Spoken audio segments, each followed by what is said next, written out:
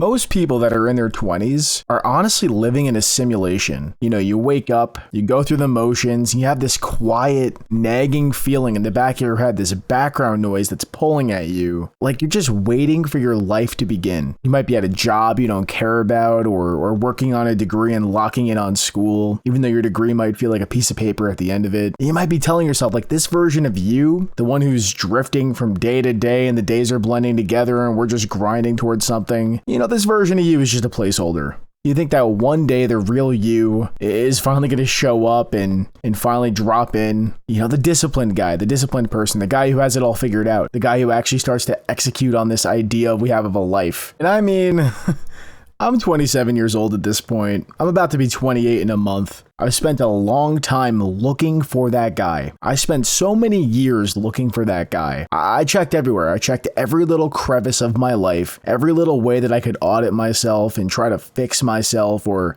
even, kick the can down the road sometimes. He doesn't exist. The version of you that is currently sitting there listening to this is the only one version of yourself that there is. And you can take it from me. I'm 28. I feel the same way I did when I was 18. I just feel like there's more information stuffed into my head. There's no backup of you coming. There's no next level coming. You have to create it. You have to manifest it. So today I want to talk about why that realization is the most terrifying and the most useful thing that could actually happen to you. I hit a wall at age 23 that honestly changed the way that I look at every single minute of my day since then. I never thought it would happen. I didn't know when it was going to happen. I don't know when I thought I was going to be an adult, but I turned 23 and that's when the light switch in my head changed and the entire way I looked at everything completely shifted. So if you're under 25 and you feel like you're falling behind in life, or even if in your 20s or 30s, it's usually because you're still waiting for a permission slip that isn't coming. As an adult, permission slips don't exist. You don't have to get anything signed. Your life is yours. And it's a good thing, but it is a scary thing. There is a specific kind of silence that hits when you turn age 23, or it could happen at 22, 25, whatever it is. There's a certain point, you've been on a rail. You've just been going through school, parents, teachers. You've been on this rail. There's always a scoreboard or some type of system keeping you balanced. Even if you're failing or falling behind in something, you still knew exactly what you were failing at. There was a structure there. And at 23 for me, that's when the rails end. You graduate or you get that first real job, or, some type of big life event happens that gives you responsibility, and suddenly the world goes quiet. Nobody's checking your homework. Nobody cares if you stayed up until 4 a.m. playing COD. Nobody cares if your room is an absolute pigsty with bowls of cereal and water bottles everywhere. And nobody cares what you put in your body. That silence that enters your life after these scenarios, that's the realization that you are officially the CEO or the CFO or the manager of your own life. But you've been running the company like a bored intern that's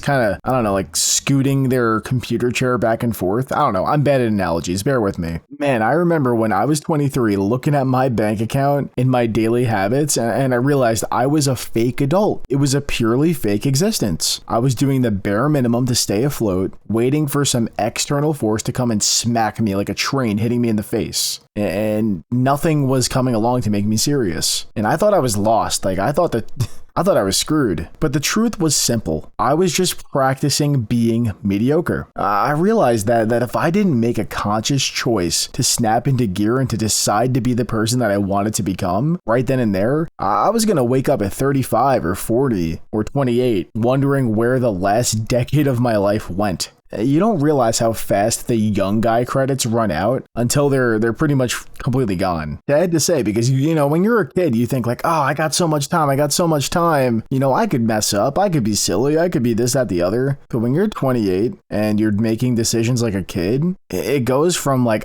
he's just a kid to like, man, I hope that guy figures it out. And it's a weird disparity because you feel very similar. At that point in my life, when this realization hit me, I started looking at my life through a mechanical lens. And I noticed a pattern there. I'd half-ass a task at work because it didn't really matter to me. And then I'd go home and I would half-ass my workout because, I was tired from work or I was feeling bored or lazy. Then I'd half-ass my creative projects like YouTube because I wasn't feeling inspired. I just felt like a burnt-out light bulb. And I realized that I was training my brain to quit as soon as something became monotonous or boring or not very exciting. exciting. Our brains are like machines that build habits systematically. Our brains don't know that we plan to be a disciplined person later. It only knows that what you are doing right now, in this moment, right now, today. If you leave your laundry in the basket for 5 days like I do sometimes, even as an adult, you're literally practicing procrastination. It's not becoming like a symptom of something that you want to do. It's becoming the activity that you're doing. You are telling your brain that your own standards don't matter. You're training yourself. The smallest part of your day and the smallest part of your life contains the pattern of the entire life. If you're sloppy with the way that you handle your 9-to-5 job or your, little rinky-dink coffee job or your mechanic job or whatever have you, you're going to become sloppy with the business you think you want to start. You're going to become sloppy with the gym. You can't flip a switch and become a high performer because you are the sum of all the baselines in your day. You get up, you half-ass work.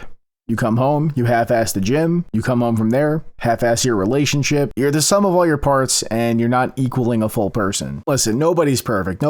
I have days where I slack off a little bit. I have tasks that I don't fully apply myself, but I look at the big picture. I look like week over week, how am I doing? Month over month, how am I doing? And how am I doing every quarter, every year? I had to start treating myself a lot better. I had to start treating the small, boring tasks with total intensity. And not because like washing the dishes matter or kissing up to your boss matters, or because the data entry at my job matters to me very much, but because my ability to follow through on a task matters. It makes me feel good about myself. And if I can't trust myself to do a simple job correctly, like entering numbers into an Excel sheet, I don't know if I could trust myself to be a homeowner or a good boyfriend or a good friend to people too, or a good son. There is something about the self-improvement niche that has been really bugging me. I understand why it exists, but it's been itching at me. We see a lot of talk about escaping the matrix and getting out of this day-to-day existence we have, and I can appreciate that, but a lot of the advice is garbage, man. A lot of it is conducive to being a grown-up man-child.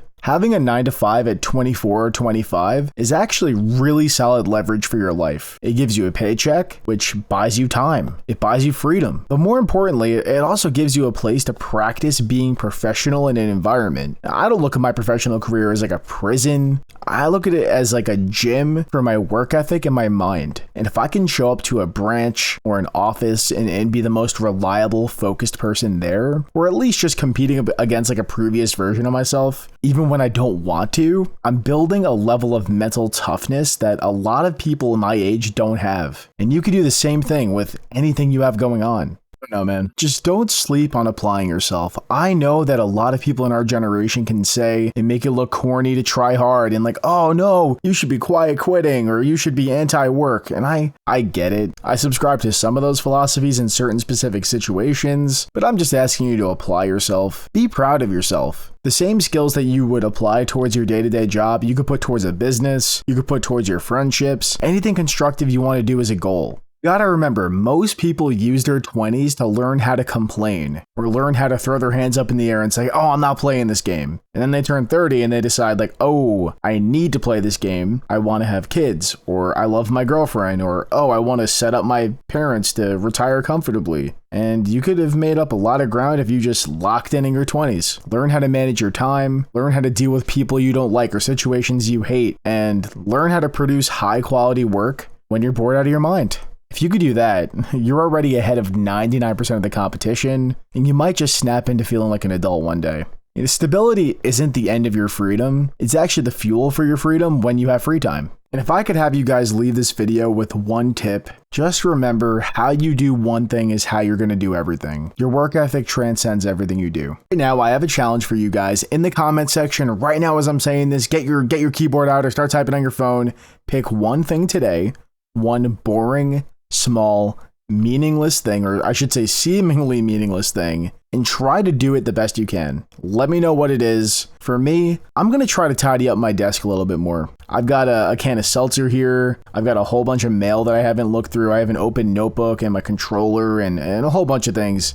I'm going to tidy it up for you guys. Let me know in the comments what you guys plan on doing. And thank you guys so much for the support on the channel lately. I really, really do appreciate. The videos have been doing phenomenal. I'm absolutely floored. The support has been insane. Like, I really, really, really appreciate it. But I did start a Discord if you guys want to connect with me a little bit more. Starting a like-minded community. There are people that are after self-improvement, weight loss, just talking about their day. Really just trying to like connect with like-minded viewers and like-minded people and just build some friendships there. The link is in the description. There's no fees, doesn't cost anything. You could join, say how your day is going. Everybody's keeping in check with everybody and slowly building a really cool community there. And I really appreciate everybody that's joining that too. All right, that's it for me, guys. Have a good day.